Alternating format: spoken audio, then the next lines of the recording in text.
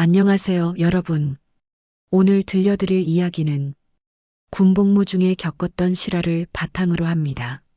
믿거나 말거나지만 이 영상을 끝까지 들으신 분들은 아마 오늘 밤 잠들기 어려우실 수도 있겠네요. 혹시 여러분 중에 군대 다녀오신 분 계신가요? 그렇다면 이런 경험 있으실 거예요.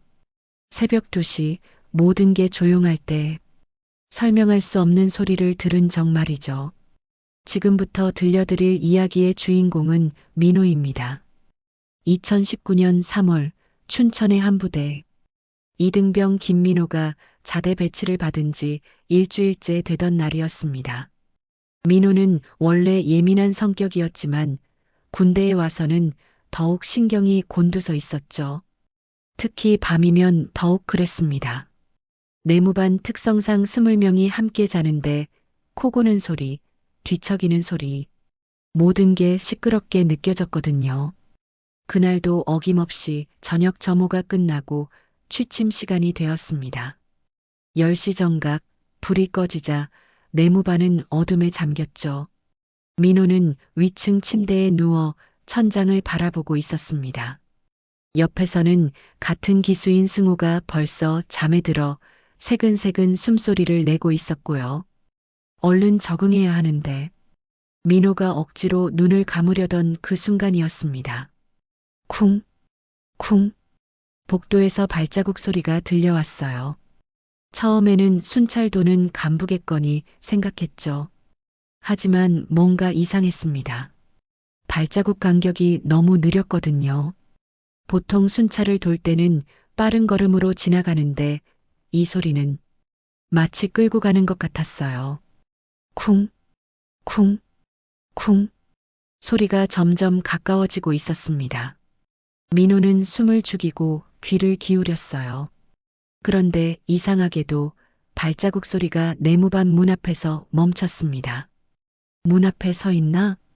민호는 조심스럽게 몸을 일으켜 문 쪽을 바라봤어요. 문틈 밑으로 복도에 형광등 불빛이 새어 들어오고 있었는데 이상하게도 아무런 그림자도 보이지 않았습니다. 그러더니 갑자기 기익 문이 천천히 열리기 시작했어요. 민호는 심장이 터질 듯 뛰는 걸 느꼈습니다.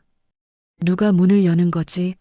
그런데 문틈으로는 아무도 보이지 않았어요. 완전히 열린 문 너머 복도는 텅 비어 있었습니다. 하지만 바닥에는 선명한 군화 자국이 찍혀 있었어요. 그것도 물기가 흥건한 발자국이었죠.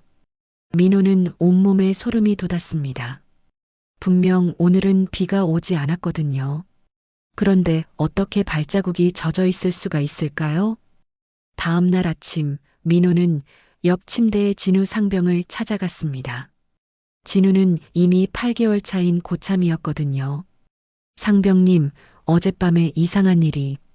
민호가 말을 꺼내려는 순간 진우의 얼굴이 굳어졌어요. 혹시 새벽 2시쯤에 발자국 소리 들었냐? 민호는 깜짝 놀랐습니다. 어떻게 알았을까요? 진우는 주변을 둘러본 후 민호를 구석으로 끌고 갔어요. 야, 너. 그거 따라가면 안 돼. 절대로. 뭐가 있는 건데요?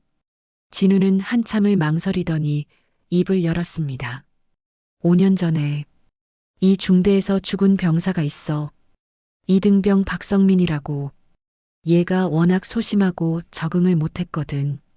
그러던 어느 날 행정반에서 심하게 꾸중을 듣고 진우의 목소리가 떨리기 시작했어요.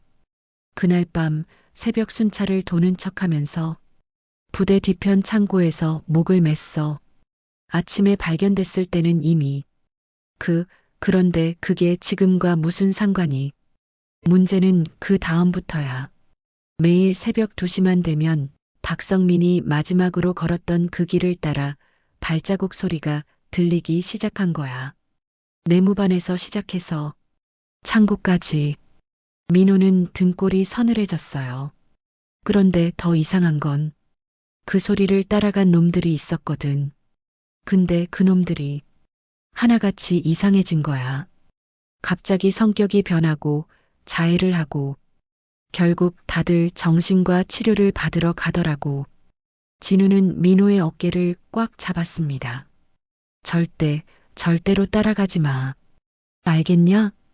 하지만 인간의 호기심이라는 건 참 무서운 거죠.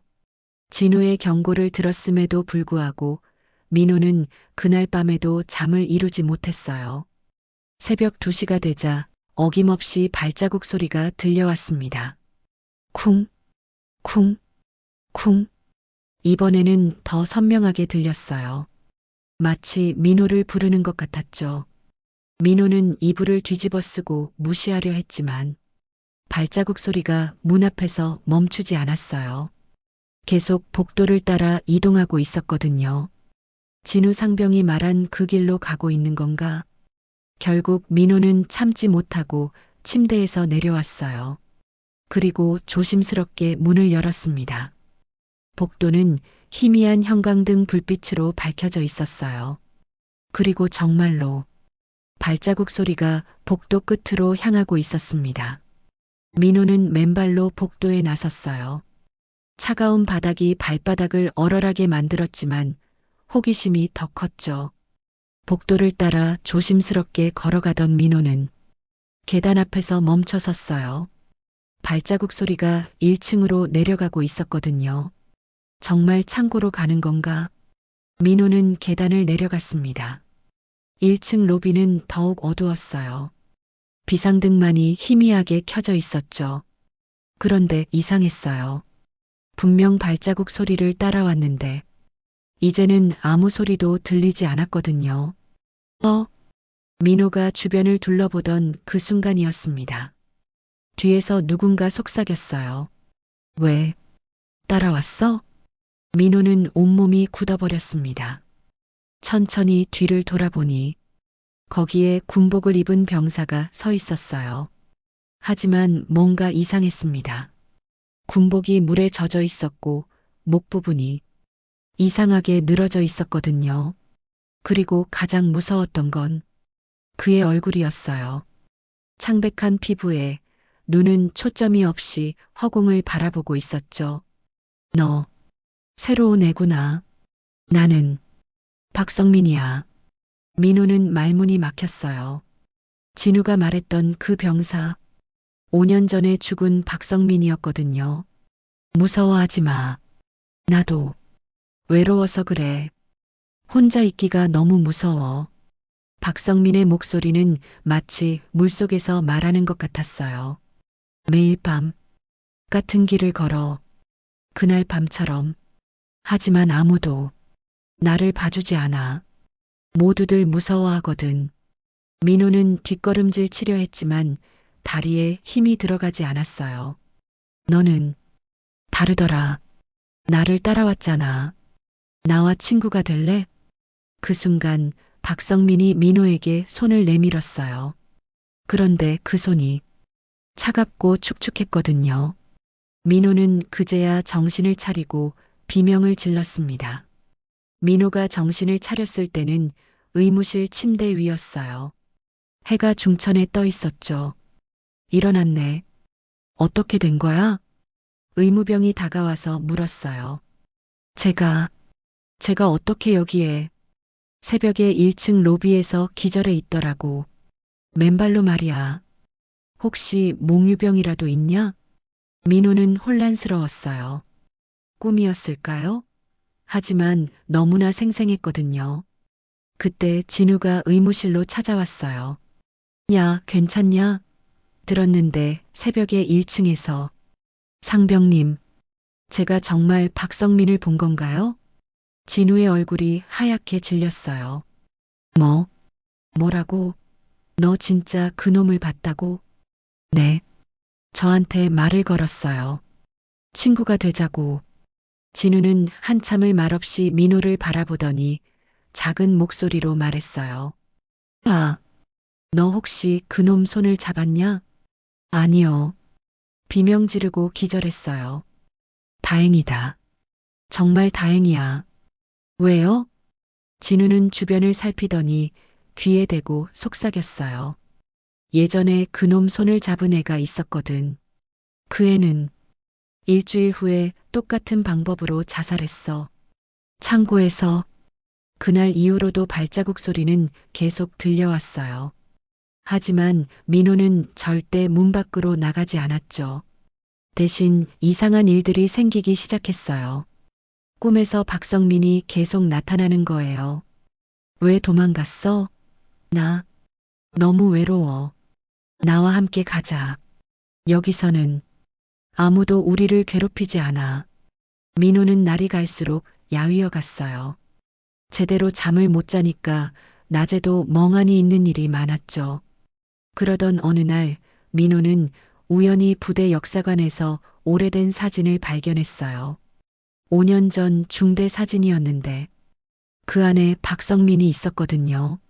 사진 속의 박성민은 민호가 본 것과는 달랐어요. 밝은 미소를 짓고 있었고 건강해 보였죠. 이 사람이 정말 저렇게 됐을까?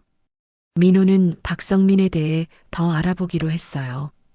당시 같은 중대에 있었던 전역자들을 수소문해서 연락을 취했죠. 그리고 충격적인 사실을 알게 되었어요. 전역자 김병장에게서 들은 이야기는 예상과 달랐어요.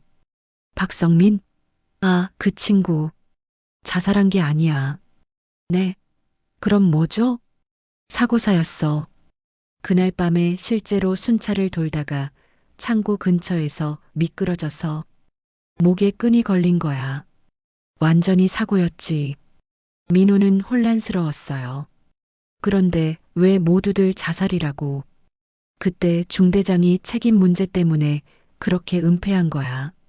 부대 관리 소홀로 책임지기 싫어서 말이지. 박성민이 우울증 환자였다고 기록을 조작했어. 그럼 박성민은 억울하게 죽은 건가요?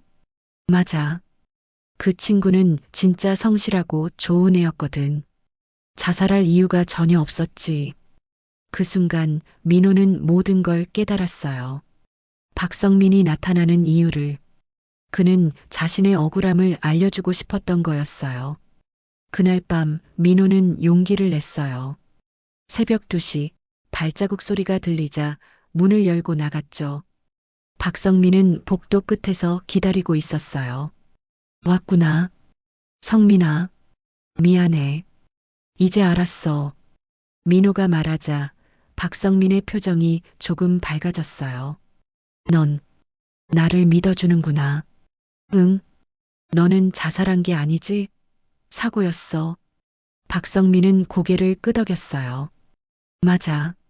나는 그냥 순찰을 돌다가 어둠 속에서 넘어진 거야. 그런데 모두들 내가 스스로 목숨을 끊었다고. 이제 괜찮아. 내가 진실을 알릴게. 박성민은 처음으로 미소를 지었어요. 사진에서 본 그 밝은 미소였죠. 고마워. 정말 고마워. 그러더니 박성민의 모습이 점점 흐려지기 시작했어요. 이제 갈 수 있을 것 같아. 5년 동안 정말 외로웠거든. 민호야, 너도 군대 생활 잘해. 그리고 힘들 때는 포기하지 마. 나처럼 억울하게 오해받지 말고. 박성민은 그렇게 말하고는 완전히 사라져버렸어요. 그 후로 새벽 2시에 발자국 소리는 들리지 않았어요. 민호는 부대 내에서 박성민의 진실을 알리기 위해 노력했죠. 물론 쉽지 않았지만 결국 진실이 밝혀졌고 박성민의 기록도 정정되었어요. 저녁을 앞둔 어느 날 민호는 박성민이 사고를 당했던 창고에 가서 조용히 말했어요. 성민아, 이제 정말 편히 쉬어. 그날 밤 민호는 꿈에서 박성민을 만났어요. 하지만 이번에는 무섭지 않았죠. 박성민은 환한 미소를 지으며 손을 흔들어 주었거든요. 고마워, 민호야. 덕분에 이제 진짜 갈 수 있어. 여러분, 어떠셨나요? 이 이야기는 실제로 군복무 중에 있었던 이야기를 바탕으로 재구성한 것입니다. 때로는 우리가 무서워하는 것들이 사실은 도움을 요청하는 신호일 수도 있어요. 다음에는 더욱 흥미진진한 이야기로 찾아뵙겠습니다. 오늘도 들어주셔서 감사합니다.